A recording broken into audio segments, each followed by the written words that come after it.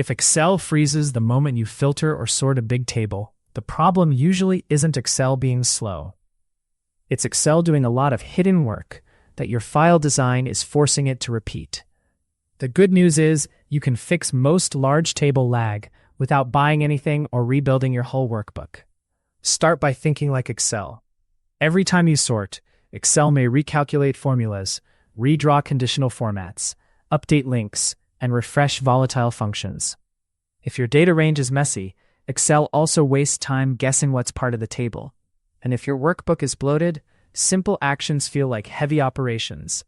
In this walkthrough, you'll use a practical checklist. First, confirm the lag is real and repeatable.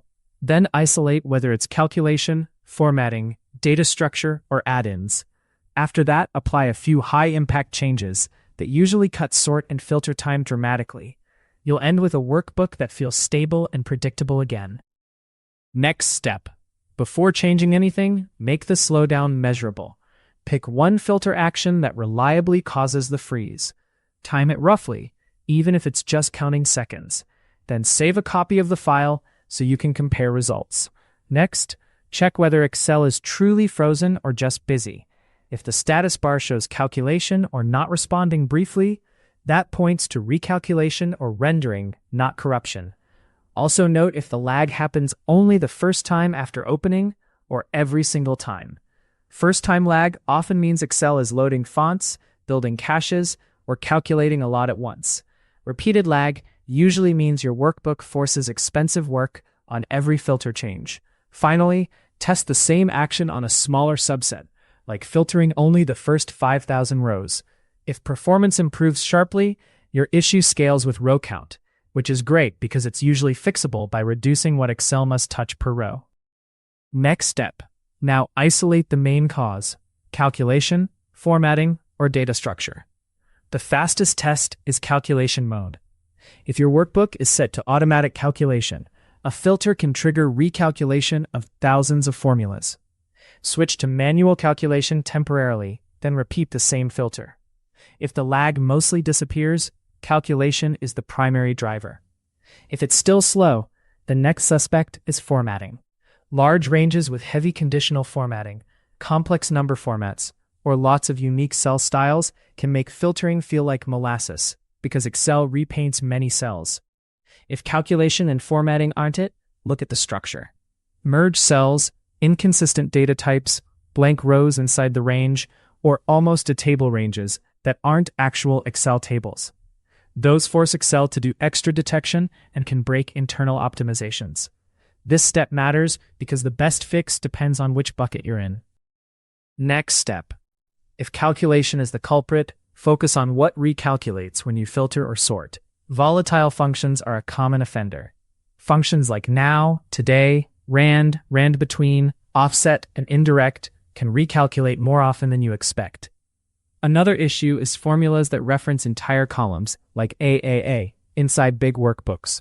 That makes Excel consider over 1 million cells per column, even if you only use 80,000 rows. Also watch for array formulas or dynamic arrays spilling across large areas, because a filter can cause spill ranges to reevaluate. A practical approach is to narrow references to the used rows, or better, to structured references inside an Excel table. And if you have lookups, prefer efficient patterns. For example, XLOOKUP with a tight range is usually easier to calculate than a complex nested formula over full columns. You're not optimizing for speed in theory. You're reducing what Excel must recalculate per action. Next step. Next, check conditional formatting because it's a silent performance killer in large tables. The issue isn't conditional formatting itself. It's when rules apply to huge ranges, overlap, or use complex formulas. Filtering forces Excel to redraw visible cells, and if each cell must evaluate multiple formatting rules, you feel it immediately. A strong fix is to reduce the applies to range so it covers only the actual table, not entire columns. Also, consolidate rules. 5 similar rules can often become one rule with a clearer formula. Avoid volatile references inside conditional formatting formulas too, because that can trigger extra evaluation. Another practical trick is to replace conditional formatting with helper columns when the logic is complex. A helper column computes once per row. Then formatting can be a simple check like cell equals true. You keep the same visual result with less repeated work during filtering. Next step. A surprisingly common cause of filter lag is that your data isn't a real Excel table. When you convert a range to a table, Excel gains reliable boundaries, consistent column logic, and better handling for filters and structured references. Without a table, Excel often has to guess the current region, especially if there are blank rows, stray values, or extra formatting outside the data. That guessing adds delay and can also cause filters to behave inconsistently. So the fix is simple. Clean the range, remove blank rows inside the dataset, ensure there's one header row, then convert to a table. Keep the table tight, no extra empty columns for later. Once it's a table, use table filters and keep calculations and formatting scoped to the table columns. This alone can turn a freeze into a quick pause, even on large row counts. Next step. Data type consistency is another big one. Excel filters faster when a column is truly one type, all numbers, all dates, or all text. If a date column contains real dates mixed with text that looks like dates, filtering becomes slower and results can be confusing. The same happens with numbers stored as text or with hidden leading spaces. Fixing this is mostly cleanup. For dates, convert text dates into real dates using a reliable method, then paste values. For numbers, coerce them into numbers and standardize decimals. For text, trim extra spaces and remove non-printing characters if needed. Also watch for error values like HNA or H-value sprinkled through key columns, because filtering those can add overhead and break logic. A clean column isn't just nicer, it reduces the work Excel does when it builds filter lists and sorts values. Next step. If your file is large, another hidden drag is workbook bloat. This includes excessive formatting, unused styles, and inflated used ranges. Excel can think your sheet extends far beyond your real data, and that makes operations like sorting and filtering heavier. A practical sign is when scrolling far right or far down lands on formatted but empty cells. The fix is to reset unused areas, clear formats in truly empty rows and columns beyond your dataset. Then save, close, and reopen so Excel recalculates the used range. Also, be cautious with copying from other workbooks, because that can import hundreds of cell styles. Too many styles can slow down rendering and even cause instability. Keeping your workbook lean doesn't just reduce file size, it reduces how much Excel must track and repaint when you filter, sort, or expand the table. Next step. Another major factor is what else Excel is updating during a filter. External links, pivot caches, and queries can all refresh at inconvenient times. If your workbook pulls data from other files, a filter might trigger recalculation that touches those links. If you have pivot tables based on the same data, they may update their caches or at least mark themselves as needing refresh.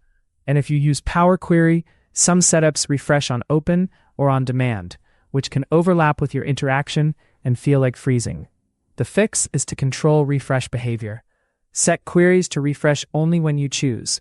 Avoid unnecessary refresh on open for heavy connections. And if pivots are not needed for the filtering task, consider separating the raw data file from the reporting file. Splitting data storage from analysis is one of the cleanest long-term ways to keep filters snappy. Next step. Sometimes the freeze is graphics, not math. Excel has to redraw the grid, conditional formats, shapes, charts, and even comments or notes when you filter. If your sheet has many objects, icons, buttons, pictures, sparklines, or complex charts, filtering can trigger a lot of repainting. A simple test is to copy the table to a new clean worksheet with no objects and try filtering there. If it becomes fast, your issue is rendering overhead. The fix is to reduce objects on the datasheet. Move charts and dashboards to a separate sheet. Avoid placing shapes over thousands of rows. Keep the datasheet boring and functional. Also consider turning off animations and limiting visual effects where possible. The goal is to make filtering change values and visibility, not force Excel to constantly redraw a mini dashboard while it works. Next step. If you're sorting very large tables, stability improves when you sort on clean keys and avoid sort the whole world behavior. First, confirm your sort range is exactly the table, not entire columns. Sorting entire columns forces Excel to consider massive areas. Next, use a dedicated sort key column when needed. For example, if you sort by a formula that's expensive, create a helper column with values only, then sort by that helper. Also be careful with merge cells because they can break sorts and create heavy operations. If you must keep merged headers, keep them outside the table. And if your dataset has many duplicates and you're sorting multiple levels, consider simplifying the sort order or sorting in stages. The theme is consistent. Reduce the amount of work per row and reduce the number of moving parts Excel must keep aligned during the sort. Next step. Add-ins and background processes can also turn filtering into a freeze.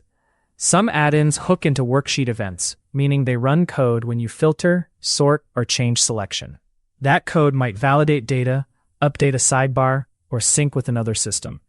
Even if it's useful, it can be expensive on large ranges. The clean test is to start Excel in a safe mode or temporarily disable add-ins, then repeat the same filter.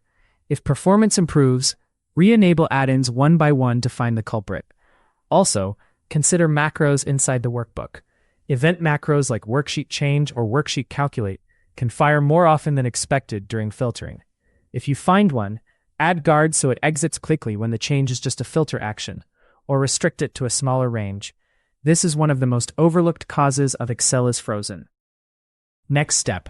If you need a reliable workflow for huge datasets, consider changing the architecture instead of fighting the sheet.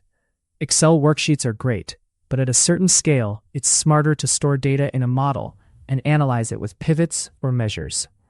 One approach is to load the table into the data model and build pivot tables for filtering and slicing. That shifts a lot of work into a columnar engine designed for large data. Another approach is to keep the raw data in one file, then use a separate workbook for analysis that connects to it. You can also pre-aggregate data, so you're not filtering millions of rows when you only need totals by month or customer. These aren't quick fixes, but they're stable fixes. If your job depends on filtering massive tables daily, this is how you make performance predictable long-term. Next step. Let's wrap this into a simple order of operations you can reuse. First, confirm the lag with one repeatable filter or sort. Second, test manual calculation to see if formulas are the driver. Third, tighten the structure by converting the range into a real Excel table and cleaning blanks and mixed data types. Fourth, reduce conditional formatting and remove workbook bloat so Excel repaints less. Fifth, control refresh behavior for links, pivots, and queries. And finally, if the sheet is doing too much, separate data from dashboards or move analysis to the data model. If you apply just the first 3 steps, you'll often feel a big improvement immediately. If you want more guides like this, subscribe. And for a quick reality check, comment with your table size. Under 50K rows, 50K, 200K, or over 200K. Subscribe to keep optimizing your workflow and get back more of your time.